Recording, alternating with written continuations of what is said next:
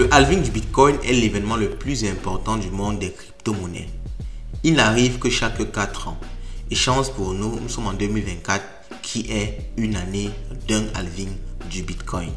C'est une occasion inédite et c'est une occasion de se faire beaucoup d'argent.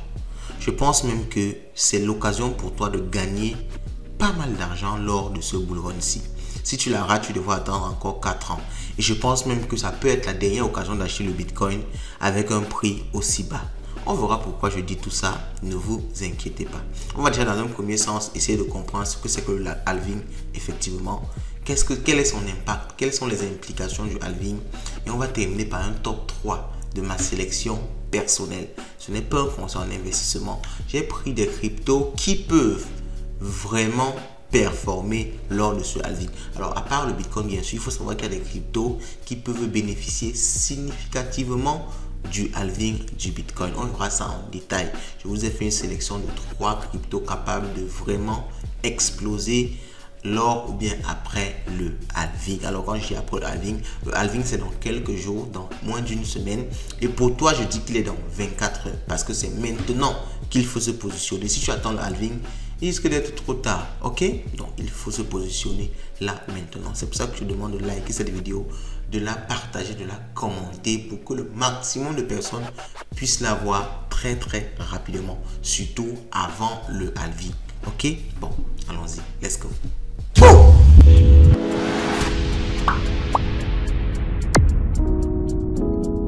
Le halving du Bitcoin, de quoi s'agit-il exactement? En 2009, lorsque Satoshi Nakamoto créait le Bitcoin, il a prévu que chaque 4 ans environ, donc chaque 210 000 blocs, un bloc pour être généré prend environ 10 minutes, donc ça fait environ 4 ans. Chaque 4 ans, le nombre de récompenses des mineurs, ceux qui génèrent justement ces bitcoins-là, va être divisé par 2. Alors il a fait ça pour un processus simple, il veut diminuer l'inflation du Bitcoin parce qu'il ne faut pas qu'il y ait trop de Bitcoins qui sont créés. Donc ça diminue comme ça les Bitcoins créés et il y aura cette diminution là jusqu'à ce qu'on atteigne les 21 millions de Bitcoins. Alors même qu'on ne va jamais mathématiquement les atteindre. Alors qu'est-ce qui se passe lorsque, n'est-ce pas, le halving se produit? Quel est son impact? Maintenant qu'on sait ce que c'est, quel est son impact sur le prix? Alors je vais vous prendre un exemple très simple. La tomate sur le marché coûte 100 francs. Et demain on vous dit que les producteurs de tomates produisent 2 fois moins de tomates. Je vous pose la question à vous-même, laissez ça en commentaire. Qu'est-ce qui va se passer sur le prix de la tomate? Automatiquement, le prix va avoir tendance à prendre de la valeur. Alors c'est pour ça que beaucoup de personnes attendent le halving du Bitcoin pour pouvoir se positionner, sachant que en général, après le halving du Bitcoin, comme il y a moins d'offres de Bitcoin sur le marché, forcément les Bitcoins qui sont là et les petits nouveaux Bitcoins qui vont venir sur le marché vont être beaucoup plus rares et ça va prendre forcément plus de valeur. Et comme on peut le voir ici, à chaque halving de Bitcoin, ici on était en 2012, le premier halving, le Bitcoin était à 12 $. Et on peut voir directement, ici de regarder ici. On peut voir directement ici, alors j'espère que vous voyez bien, on peut voir directement ici que le prix a pris pas mal de valeur juste après le halving. Le second halving en 2016, directement après le halving, le Bitcoin était à 648 $. Vous voyez là, le prix du Bitcoin a tout simplement explosé. Le troisième halving en 2020, le Bitcoin était à 8000 $. Et directement après le halving, en fait, quand on dit directement, c'est peut-être quelques jours, quelques semaines, quelques mois, le Bitcoin a également pété vers le haut. Donc, si on se base sur l'histoire, certes, les performances passées ne sont pas toujours les performances futures. Ça peut faire la même chose. Et si ça fait la même chose, nous sommes actuellement autour des 70 000 $. Donc si on pète comme ça, on pourra facilement atteindre les 80, 90 000, voire les 100 000 $ en quelques semaines, quelques mois après le halving qui se produit, comme je l'ai dit, dans quelques jours. Plus exactement dans 7 jours, 8 jours environ. Ok? Mais comme je vous l'ai dit, pour vous, le halving, c'est maintenant. Ne vous dites pas que c'est dans 7 jours, c'est demain, c'est après-demain que je vais voir. Il se peut qu'il se fasse trop tard. Ok? Donc, alors, qu'est-ce qui me laisse penser, en plus, n'est-ce pas, de l'histoire, que ça va péter vraiment vers le haut comme ça? Parce que, on l'a vu avec l'histoire, ça peut péter vers les 100 000 $, les 80 000, 90 000 $. Mais il y a un élément qui me laisse penser que ça peut péter encore plus fort. Et cet élément-là, c'est les ETF Bitcoin. Vous savez que les ETF Bitcoin ont été lancés depuis quelques mois et depuis lors, les ETF ne cessent d'acheter des Bitcoins en quantité incroyable. On peut voir dans ce graphique-ci l'évolution Et on peut voir que la courbe est tout simplement croissante et même exponentielle. Vous voyez les entrées des ETF, tout ce qui est en vert là, c'est pour dire qu'il y a beaucoup d'argent qui entre dans les ETF chaque jour. On peut voir ici que par exemple, que sur les dernières 24 heures, on a 266 000 bitcoins qui ont été achetés par BlackRock. Enfin non, plus 478 bitcoins qui ont été achetés par BlackRock au cours, n'est-ce pas, de ces dernières 24 heures. Et ils possèdent en général 266 058 bitcoins. Donc, les ETF achètent des bitcoins chaque jour à un rythme presque effréné. Vous pouvez voir, n'est-ce pas, l'évolution, n'est-ce pas, sur cette courbe-ci. Les ETF Bitcoin achètent des bitcoins énormément chaque jour. Donc, ils achètent même plus de bitcoins que les bitcoins qui sont produits par les millions de crypto-monnaies. Ça, c'est l'état actuel des choses sans le halving. Imaginons que le halving vienne se rajouter dessus et que les bitcoins qui étaient déjà rares actuellement se font encore 2 fois plus rares parce qu'il y aura 2 fois moins de production. Vous imaginez? Forcément, ça va provoquer une demande énorme sur le bitcoin avec une offre qui s'est divisée par 2. Je ne suis pas mathématicien pour imaginer ce qui doit automatiquement se passer. Une prise de valeur énorme du bitcoin. Ok? Donc, un autre élément qui me laisse penser que la prise de valeur sera sauvage, c'est le nombre de bitcoins sur les exchanges. Donc, quand les bitcoins sur les exchanges, en général, ça veut dire que des gens vendent parce que les gens, en général, amènent les bitcoins sur les exchanges lorsqu'ils ont envie de vendre. Ok? Donc, lorsque le bitcoin diminue sur les exchanges, ça veut dire que les gens ne veulent plus vendre, ils veulent accumuler parce qu'ils savent qu'il y aura une prise de valeur énorme. Ils vont venir vendre après. On peut voir ici que le nombre de bitcoins sur les exchanges, c'est ce qui est là en bleu, a baissé fortement au cours de ces derniers jours. Et ça ne fait même que diminuer. Pendant que le prix monte, le nombre de bitcoins sur les exchanges ne fait que diminuer. Les gens enlèvent les bitcoins sur les exchanges, ils le gardent, ils le stockent. Ils sont déjà en train de le stocker parce qu'ils savent actuellement que le bitcoin risque de prendre beaucoup de valeur dans les jours qui vont venir. Donc, ils essayent tout simplement de se positionner en attendant le halving du bitcoin. Et quand le nombre de bitcoins diminue sur les exchanges, ça veut dire qu'il y aura beaucoup moins de bitcoin pour que les autres, les ETF et ceux qui veulent le bitcoin puissent l'acheter. Ça veut dire que l'offre, non seulement avec le halving, mais avec cette diminution-ci, le nombre de bitcoins disponibles diminue encore beaucoup plus. Vous voyez que c'est tellement de news qui montrent que forcément, il y aura une prise de valeur énorme lors du halving ou bien quelques temps après le halving. Alors, j'ai bien dit quelques temps après le halving, c'est très important de l'écouter parce que on peut également faire face à un phénomène buy the rumor, sell the news. C'était très important que je vous précise ça. Parce que quand je vais vous dire tout ça, vous allez courir, prêter de l'argent, dire que non, je vais te rembourser le lendemain du halving. Parce que le bitcoin va prendre la valeur, je gagne, après je te rembourse le lendemain. Faites très attention. Certes, toutes les données nous montrent que ça va forcément exploser, mais il faut faire très attention au buy the rumor, sell the news. Alors, qu'est-ce que c'est exactement? Alors, c'est tout simplement un principe en économie qui dit que lorsqu'il y a une rumeur, on dit par exemple qu'il y aura le halving dans quelques jours. Beaucoup de personnes vont se positionner par rapport à cette rumeur-là. Donc, ils vont acheter sachant que le jour du halving, ça va péter. Donc, étant donné que tout le monde va acheter avant la news même, avant qu'il y ait l'événement même, le prix va plutôt prendre la valeur avant l'événement et non le jour de l'événement. Donc, le prix va prendre de la valeur. Vous voyez ici, ça prend de la valeur avant l'événement. Et le jour de l'événement même, tout le monde va s'attendre à ce que le prix pète. Mais le prix ne va pas péter. Et ceux qui connaissent déjà ce phénomène-là vont plutôt vendre pour encaisser des bénéfices. Et lorsqu'ils vont commencer à vendre, les gens vont constater que le prix est en train de baisser. Ils vont donc paniquer. Wow, tout le monde vend, ça chute. Je veux perdre de l'argent. Tout le monde va donc vendre en cascade.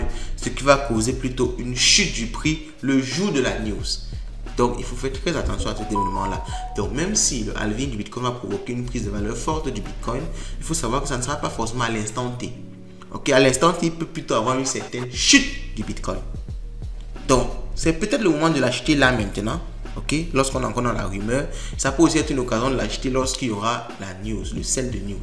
Ok, donc, mais cette sell de news peut être atténuée toujours par la demande des éléments comme les ETF qui peuvent toujours être en train d'acheter, ce qui fait que même s'il y a un sell de news, étant donné qu'il y a une forte pression acheteuse, le prix continue à monter ou bien stagne à un certain niveau important. Donc c'est également un événement que je voulais vous préciser par rapport à ce halving là. Donc maintenant qu'on a compris tous les impacts du halving, comment est-ce que ça pourra se comporter, on sait déjà que forcément, dans le moyen terme, ça va prendre énormément de valeur. Là, c'est sûr. Moyen long terme, ça va prendre énormément de valeur. Mais dans le court terme, à l'instant initial, première ou deuxième journée, ou bien la semaine du halving, il peut y avoir une baisse plutôt de la valeur suite à un sell de news ou bien une stagnation du prix suite à un sell de news.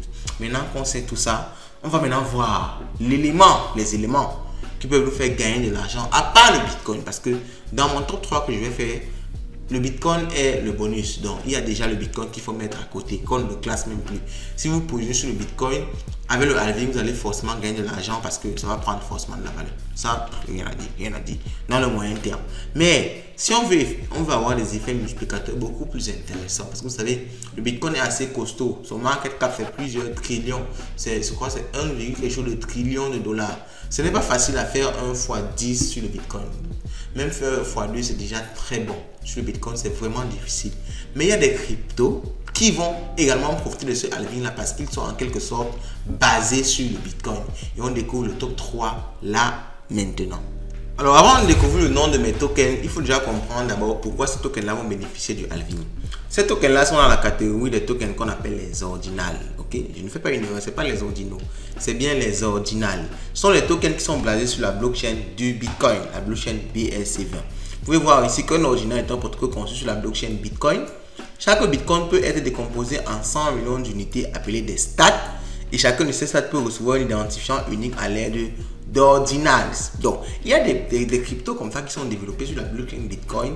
Et lorsqu'il y aura le halving du Bitcoin, ça va provoquer forcément une prise de valeur, n'est-ce pas, sur ces cryptos-là, étant donné qu'ils sont basés sur le Bitcoin. Donc, si le Bitcoin prend de la valeur, en général, ces cryptos-là suivent. Donc, lorsqu'il y a le halving du Bitcoin, il y a également une prise de valeur de ces cryptos-là. Alors, la première crypto, vous la connaissez sûrement. C'est une crypto qui a déjà pris pas mal de valeur. Si on essaie de regarder sa prise de valeur sur un an, elle est quittée de 25 $ à 90 $ carrément.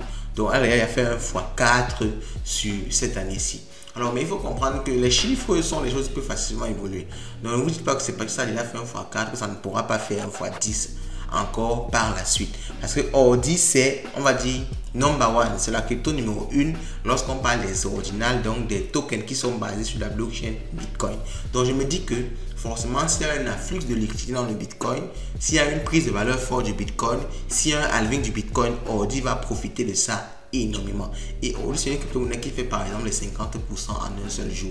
Je traite ces cryptos-là énormément. Vous pouvez voir ici que la volatilité est extrêmement de 83. On descend à moins de 50, on remonte encore à 90, donc la volatilité est vraiment extrême. Donc, je me dis que pour que ça fasse 1 fois 4, 1 fois 5, en quelques jours après le halving, ce sera possible. Donc, il faudra suivre ça, il faudra mettre ça dans son radar pour pouvoir gagner quelque chose d'énorme durant ou du moins après le halving. Ok, donc on passe à la deuxième crypto qui m'intéresse et elle s'appelle Stat. Donc c'est vraiment les mêmes tokens. Donc ici les narratifs ne sont même pas différents. Il n'y a pas besoin de revenir sur le fait que ce sont des ordinals, c'est basé sur le Bitcoin. Donc je ne vais même pas revenir sur cette phrase là.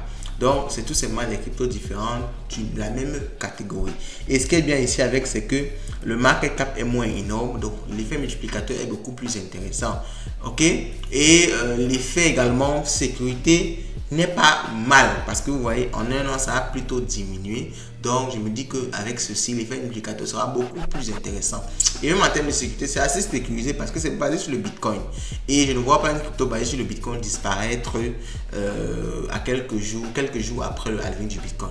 C'est très très difficile. Il y aura plutôt un afflux de liquidité dans ce genre de crypto-monnaie-ci. Vous voyez, ça a diminué de 23% en un an. Ok, donc ça peut être un élément sur lequel il faut se positionner actuellement pour pouvoir bénéficier de ça après le halving. Ok, donc Stat, vous pouvez noter ça. Stat, il y a Ordi, il y a Stat, et on va terminer par le RAT qui est également un ordinal et qui a encore un market cap beaucoup moins intéressant. Donc si le market cap de cette histoire-ci passe juste à 2 milliards de dollars, ça fera déjà presque 1 fois 10. Donc 2 milliards quelque chose, ça fera presque 1 fois 10. Donc c'est super intéressant. Et si on regarde sur un an, bon, ça a pris pas mal de valeur sur un an. Ça n'a même pas été lancé il y a longtemps. Ça a été lancé, je crois que j'avais fait une vidéo même sur le lancement de cette crypto-ci. Ça a été lancé au début de l'année. Ok, fin 2023, début 2024, ça a été lancé et vous voyez que ça a beaucoup perdu de la valeur par rapport à son prix de lancement. Donc c'est quelque chose sur laquelle on peut se positionner. Et après le halving, je me dis que forcément, comme fait un ordinal, ça va avoir un effet multiplicateur qui peut aller à les fois 10, à les fois 20. Ok, donc à vous de faire vos propres recherches, de regarder si c'est intéressant. Déjà, le mot du jour, c'est halving 2024. Laissez en commentaire, n'oubliez surtout pas de liker la vidéo et de laisser halving 2024 en commentaire. Ok, dites-moi ce que vous pensez de tout ça, faites vos propres recherches et on se dit à la prochaine.